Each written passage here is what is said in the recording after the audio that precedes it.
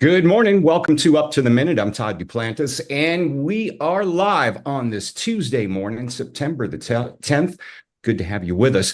My co-host joining me from the HCCTV studio. Of course, I'm talking about Benji Escobar. Good to see you this morning, Benji. It's always a pleasure to see you, Todd, even if it's Always. virtually, in person. It's just a treat. Always, Yeah. always. It's Tasty Tuesday. We've got a guest coming up shortly, but I know we've got a lot happening this morning. We want to thank everyone watching us on Facebook Live and YouTube. We're here just about every morning when HCC is in session. And Benji, they can always catch us in social media and on our cable channel. Yes, we are live indeed on the Houston Community College District Facebook page, not HCC, but Houston Community College District. We're also on YouTube, X, LinkedIn, and on HCCTV, our own TV channel. We can catch a rebroadcast of this show at noon, 5, and 10 p.m. Monday through Friday. Okay, Benji, you've got a couple of special guests, so I'm gonna let you take it away right now. Yes. Today we have Maria Ibrahim. She's the HCC translation and interpretation instructor, and Sack Haitkin, the localization. Sorry, oh my God, I'm stumbling here. Localization specialist for global markets with Avalara and on the HCC translation and interpretation advisory board. Welcome to the show, Maria and Sack. Good morning. Thank Good you. morning. Thank you. Okay, Maria, let's start with you. You're also a certified healthcare interpreter, which I've been behind one of those because I would go to the doctor with my mom and somebody would have to interpret to her what's going on with me, as well as a language document specialist and Arabic division coordinator at Silk Road Multilingual. So what can students expect while studying in your program, and what's the difference between translation and interpretation? Okay, so first I'll start with the second part of your question Okay, because yeah. this is a common issue.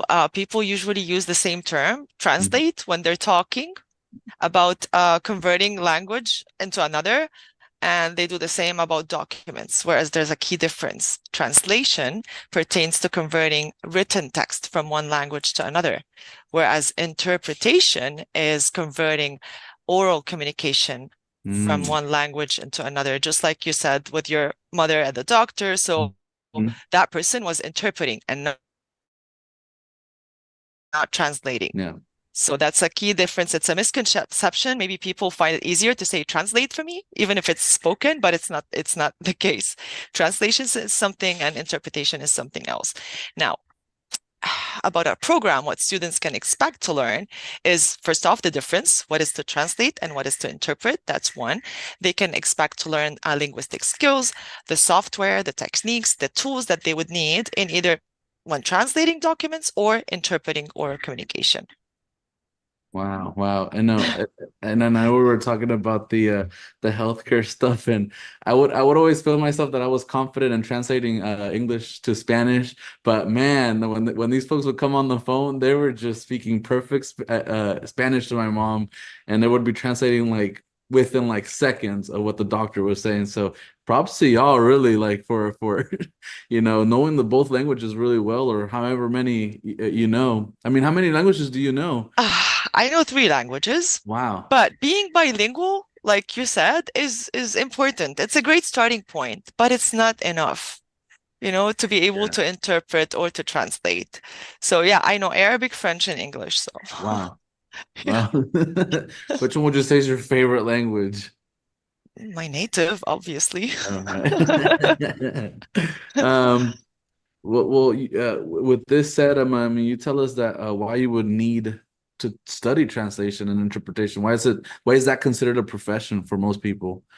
Okay, just like we said, being bilingual is very important. Okay, it's a Mhm. good starting point, Yeah. but it's not enough to become a professional translator or interpreter because in addition to the language proficiency, you need many other skills. You need technical skills, you need terminology skills, like those Mhm. interpreters who are interpreting at that clinic for you, they need to have a certain knowledge in medical terminology and in order for them to be able to render the message accurately. Your life is depends on them, right? Yeah, For of them to course. interpret for your mother. So that's Yeah. why they need to have that knowledge. So being bilingual enough is not enough. That's one. Why you would need to study, as I said, I'm gonna talk about my personal experience. My native language is Arabic, my second is French, and English obviously is my third. Mhm. And being in Houston, a Houston resident, which is hub to people coming from all over the world, this field, translation and interpretation, stood out to me. But it wasn't until I studied translation and interpretation, and I was actually a student at HCC and I graduated from this program, that I Awesome. realized and understood how important it is to study this field, because it prepared me to take the certification exam, the national certification exam for healthcare interpreters. So being certified is something, and being a professional interpreter is something else. So all of this prepared me to where I am today. And it's a professional because it requires a lot of specialized skills, and it's a necessity in global businesses, in medical settings, legal settings, like not just with providers and patients, also in court. There are a lot of Yeah. LEPs that need professional interpreters to be there because their life depends on them rendering the message Of from what they course. wanted Yeah. to say to the judge, for example. Yeah. So, yeah, it's important to be equipped, and that's why studying translation and interpretation is important. Wow, awesome. Thank you for sharing that with us. And I want to bring in SAG into the conversation. SAG, besides HCC Advisory Board, you're also a localization specialist developing strategies for global markets at Avalara, a tax compliance and reporting software company, right? I mean, tell us about that. Yeah, that's right. Yeah, so I've been in localization for about 6 years. Started my career at Lyft, and then moved to Netflix, and now work at Avalara. And it's pretty much, and I'll get into it a little bit, but it's making sure that any multilingual content gets supported from both a product, engineering, and translation standpoint. So I heard of Netflix, and there's that the Netflix, like, I used to be a filmmaking student, so that kind of caught my attention there. Yeah, no, I didn't work on the subtitles. They basically divided into subtitles and dubbing, and then the product side. So I worked on the product side, making sure that when you log into the website, iOS app or Android, like you're able to find the movies and shows that you want to watch. Awesome. Hey, that's still a pretty good deal, man. That's great. And so can you tell us more about your pathway to becoming an audiovisual translation and localization specialist?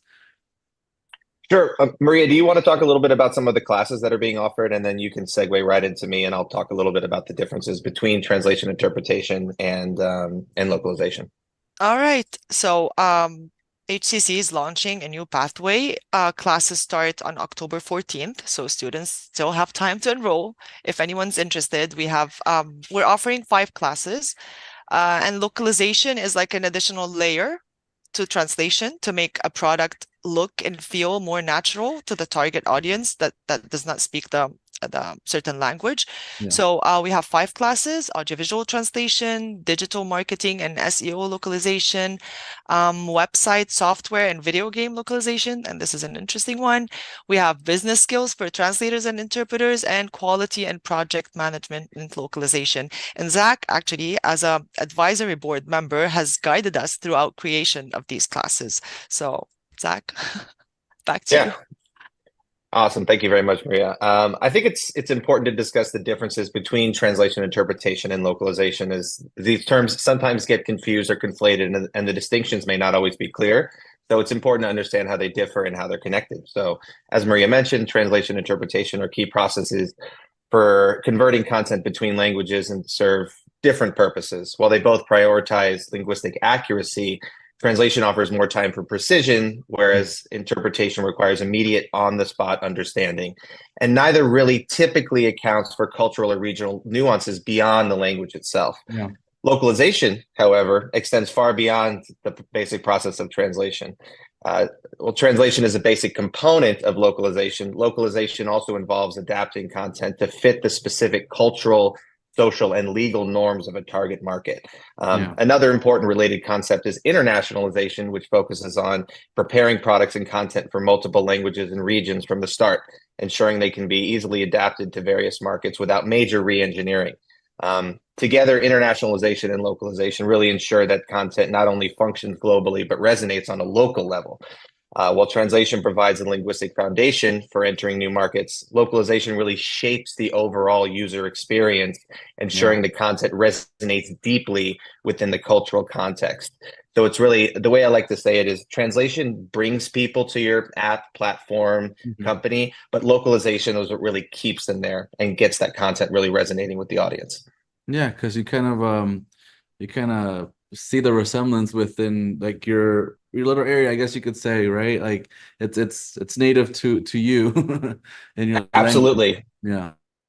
Yeah, no, and using Spanish as an example, you've got it's a concept called hyperlocalization. So, you can translate into Mexican Spanish, Argentinian Spanish, Costa Rican Spanish, and all of those will be similar, of course, but will have different cultural differences. Yeah, no, I feel like a big example of that is and to go off topic here, is the movie Shrek. I've seen it in both languages, English and Spanish, but for whatever reason, the Spanish version it's just a little bit funnier. But I think it's because they get it. It was a very typical. It seemed like the movie was just made in Spanish, regardless of the English script. It's just they localized it very well with the Latin American community. So.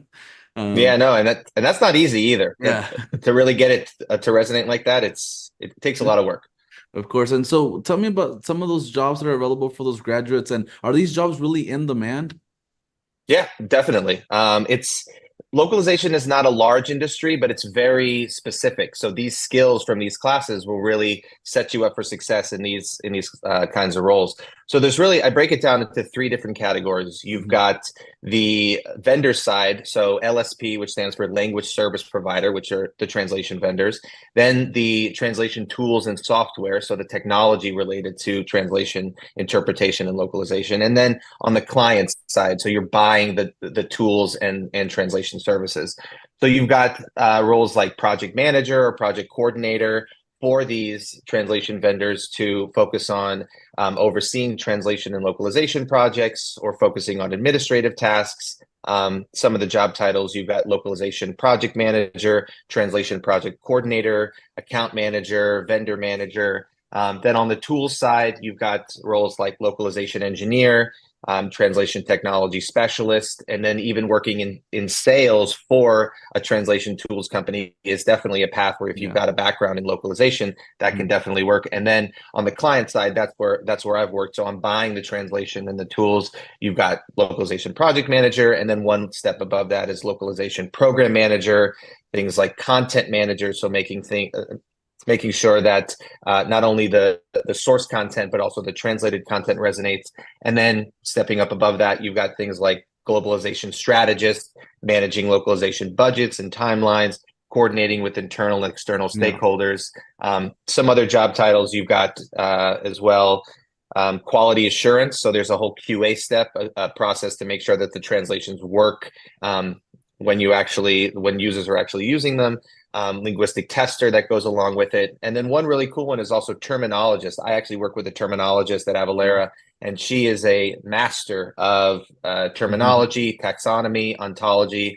And these are all jobs that if you have a background and training in localization, translation, interpretation, you definitely will be able to move into one of these careers. Awesome. Well, thank you so much, Zach Haitkin. He is the HCC Translation and Interpretation Program Advisor Board Member, and Maria Ibrahim, the HCC Translation and Interpretation Instructor at HCC. And we'll have all of your info on the post after the show. Thank you so much for being here. Thank you. Absolutely. Thank you. Thank you so much. Of course. Up next, after a quick commercial break, Todd and I will return. Oh, well, Todd actually will return to talk about Tasty Tuesday guest about a Mexican vegan food restaurant. So stay tuned. When I grow up, I want to work at a school so I can be a teacher. From classroom to career, we're with you every step. Register for real-world education at hccs.edu.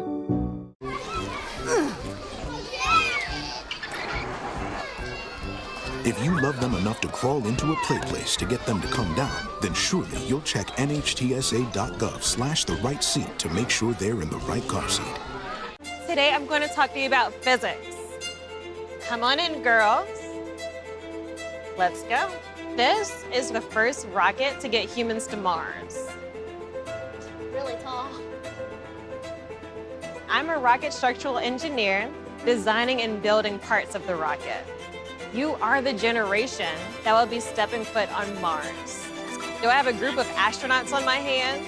Yes. You can become a rocket scientist or whatever else you want to be.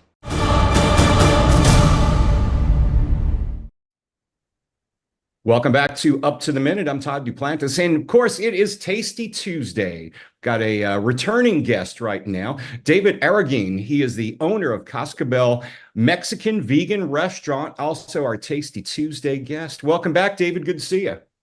Hey, how's it going, Todd? Thank you for It's having going me. well. Now, a lot of folks may not be familiar, but we're talking Tex-Mex, Mexican food, but it's vegan, correct? That's correct, 100% vegan. Yeah, hard to believe, but it is. Tell us how you got your idea, the concept behind Cascabel. Mainly health concerns. I was in the construction field before. I had a lot of joint problems. I was never overweight, but I guess I didn't have a lot of movement activities throughout the day. So started eating a little bit of vegan. I met somebody that was vegan. I love to cook, so I started cooking, and it was kind of an accidental business. It came out of a passion and a need for my health concerns. I've been to a few vegan restaurants and I've got to say, every time I've gone, I've been pleasantly surprised. I'm not full vegan. I try to eat healthy, but I think, do you find that people would be very surprised if they gave it a try? Oh, 100%. 100%. We do something that we call our chef special. We've been open for 4 years. We've been doing a chef special every week. So we have at least over 200 plates that we've veganized, and people are extremely surprised. This week we have our pupusas, which is a traditional Salvadorian plate. And we went all out. We veganized a type of meat that comes from pork that's called chicharrón. We made a vegan chicharrón and seasoned it up how a traditional Salvadoran would season it. And we got the pupusas down. People have been coming and loving it. I've got to say, if you guys got a vegan chicharron, I got to get out there and try that myself. I mean, how do you do that? So we use our main bases here. We use jackfruit, mushroom, soy, and we have something really exotic. We use a hibiscus flower as well. For the chicharron, we went all soy-based, and we just pretty much did the same process that you would do when you're doing the pork skins. First, they'll boil the skin, then they'll dip it in fried oil, but it'll be extremely hot. They'll dip it for like 30 seconds, take it out, and then they'll fry it in a traditional dish. So it's pretty much the process that brings the meat to the texture that you want it. So we did the same process with soy meat. That's incredible. What are some of your most popular dishes? Most popular dishes right now are gonna be the birria tacos. We have the birria tacos. We have a torta cubana that sells really, really good. It comes with vegan sausage, vegan ham, vegan egg, vegan chorizo, chipotle mayo, avocado, tomatoes. But yeah, we have also the Beto's nachos. That's a very big, it's a big shareable appetizer. And I recommend anybody that comes try Beto's nachos to try it with the Mexican brisket, which is made out of a hibiscus flower. And people are mind blown because they're eating brisket and they're like, what kind of meat is this? And it's not even a meat, it's not even a plant, it's a flower. And people are mind blown by it. Where do you get the ideas to create these texturized meat? Is it something that you've learned through other chefs, vegan chefs? How does that work? So it comes down to my preference, because since I'm vegan as long as the restaurant has been open, because I wasn't a vegan before the restaurant. So I always craved those textures whenever I started becoming vegan. So for me to make this a a diet that I'm disciplined on, I'm constantly doing, I kind of wanted to get it as close as to what I'm used to. So it's kind of like a science kind of thing, experimenting, throwing away until I can get that perfect texture we're wanting. We've got Hispanic Heritage Month coming up. You guys got some special plans for that? Oh yeah, we got $2 tacos for that weekend. I believe it's this weekend already. So we got $2 tacos. We got $6 mocktails. So we make margaritas, we make palomas, we make Russian mules. We make all these drinks that come with liquor. We'll make it non-alcoholic, and we're going to be complimenting all the liquor for that weekend. So anybody coming in having a $6 mocktail, we'll give you a shot of tequila, shot of whiskey, shot of vodka, whatever is your preference for liquor. So yeah, we're gonna have some good specials that day. Can't go wrong with that. And that's going to be this weekend. And, we're starting to get some nicer weather here in Houston. We're optimistic. Maybe fall will come a little bit earlier, but you guys got patio available for people. And what type of specials do you have for brunch? Yeah, we have a large patio available for anybody that likes dining in outdoors. And then we have our brunch menu. This new brunch menu that we're launching for fall, we're introducing instead of doing the mimosas, we're doing juice pitchers because we have a lot of aguas frescas. We have the hibiscus, pineapple juice, orange juice, lemonade. So we're selling the pitcher for what it's worth, and we're complimenting a bottle of champagne with it.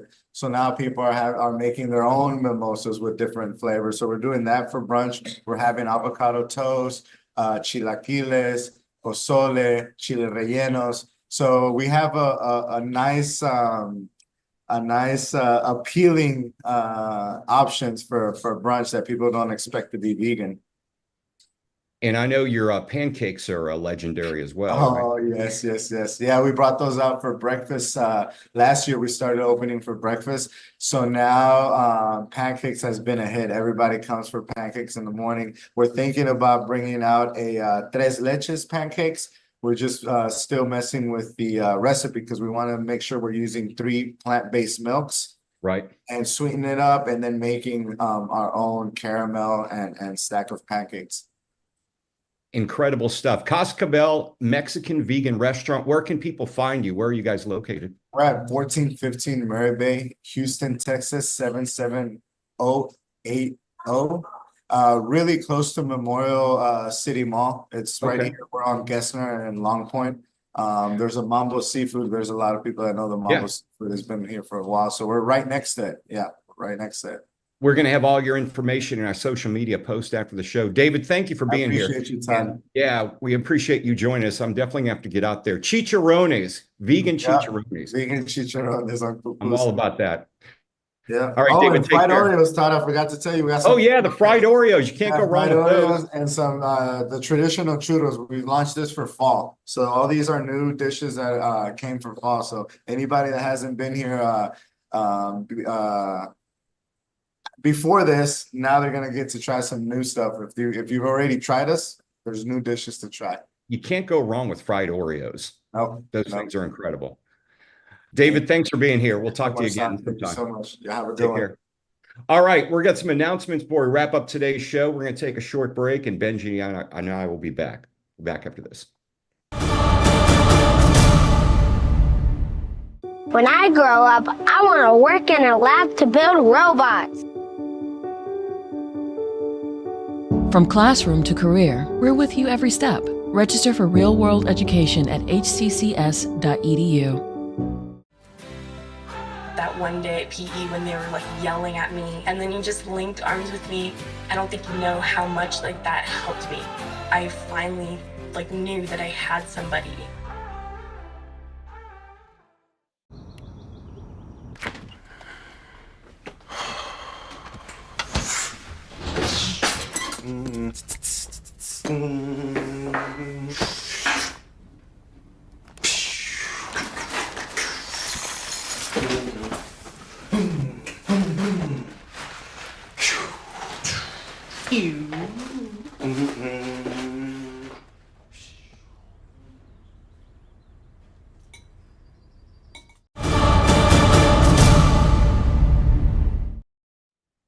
Welcome back to Up to the Minute. I'm Todd Duplantis, and we've got some announcements to go through for today. Acting for Film. It's a month-long workshop. Do you know how an actor creates a character or how they make the character come alive and believable? HCC instructor Michelle Robinson will lead the Acting for Film workshop. She'll be teaching teach the tools and techniques for strong film characters. It's from 7 to 9:50 p.m. Wednesdays through September the 25th at the A-Leaf Hayes Screening Theater. The whole price for the whole workshop is $99, and we'll have some information in our post after this show. We've also got automotive career fairs coming up, Benji. Yes, this month HCC offers an opportunity to connect with students with employers who have jobs, co-ops, and internships in transportation technicians, auto body collision repair, and transportation mechanics. This will take place Wednesday, September 18th from 8 to 11 a.m. at the Northeast Campus. Check out our poster of the show for more info. Okay, we're going to skip on down because it's fall registration. Fall semester's underway. Second start is right around the corner. You need to register now. 2 ways to learn completely online. 2 of them are hybrid. And of course, we have in-person classes available as well. Go to one website, hccs.edu/apply to apply today. Tomorrow on the show, we'll feature a lively student from Nigeria who's also a great student ambassador for HCC's international program. And for Good Works Wednesday, we'll spotlight a local nonprofit called Civic Heart Community Services. All that tomorrow. Benji, when's the next time you're on? I am on next Tuesday. So you're going to have to wait a week. All right, man. All right. Thanks for joining us this morning. We'll be back tomorrow live at 10 a.m. with Up to the Minute.